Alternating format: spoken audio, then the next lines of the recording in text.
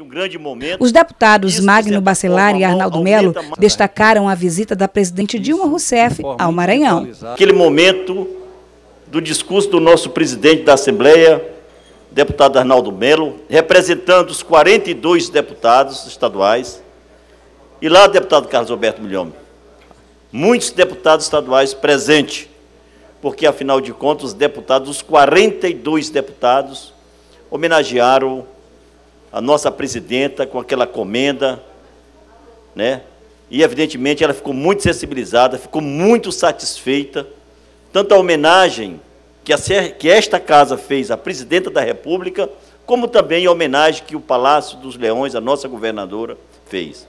Senhores deputados, em conversa com a presidente da República, ela solicitou que eu transmitisse a essa casa os seus agradecimentos pela deferência da medalha Manel Beckmann.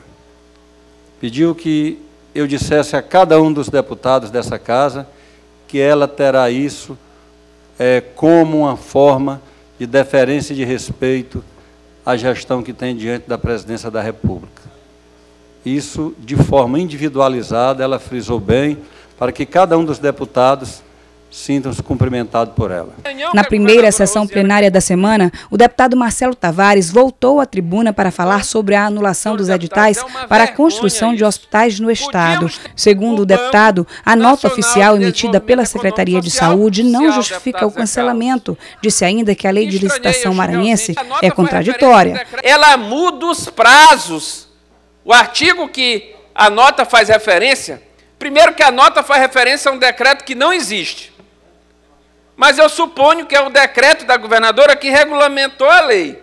Aí eu fui buscar o decreto da governadora que regulamentou a lei. Ela muda os prazos da lei federal. Se a lei federal diz que a licitação é em 30 dias, o Estado quer fazer em 5, 10. Isso não existe, deputado Milhomem. Está aí o resultado.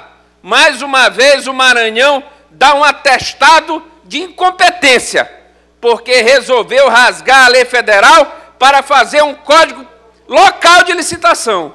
E isso são coisas que só acontecem no Maranhão, onde a governadora Rosiana Sarney está no 4º mandato. Já devia ter aprendido um pouquinho sobre legislação administrativa. O deputado da base governista, Magno Bacelar, rebateu a crítica com relação à legitimidade da lei. Esse projeto das licitações tem amplitude dentro do nosso estado do Maranhão, deputado. É claro que o regimento do BNDES, ele vai seguir a lei federal. Ele não vai entrar nessa incongruência. Mas eu quero dizer a Vossa Excelência que é questão de tempo. Os hospitais vão ser implantados, os recursos estão garantidos, este primeiro bilhão, que é exatamente destinado à construção destes 5 grandes hospitais, como também interligações dos municípios com as MAs e com as BRs. Durante o grande expediente, o deputado Tata Milhomem questionou a suspensão das obras da BR-135 e os prejuízos que continuam sendo causados à população. Tata Milhomem também citou a reforma do aeroporto Marechal Hugo da Cunha Machado. De acordo com ele, a obra foi entregue incompleta. O deputado cobrou mais atitude do parlamento. O aeroporto concluído, não concluído, porque ele não foi concluído. Ele foi posto para funcionar, como se diz, a meia mão, e não se diz nada. Vem um superintendente qualquer da Infraero dizer que já vai fazer uma licitação para ampliar o aeroporto. Ampliar o quê? Ampliar aquilo que não foi ampliado. E nós estamos aqui parados. Os nossos deputados federais e os nossos senadores parados. Nada se diz, nada se fala, nada se grita. Senhor presidente, é preciso, já que o poder mais alto não nos ouve, é preciso que pelo menos o povo sinta que esta casa está gritando. É preciso que o povo saiba que nós não estamos compartilhando nem aceitando este tipo de protelação.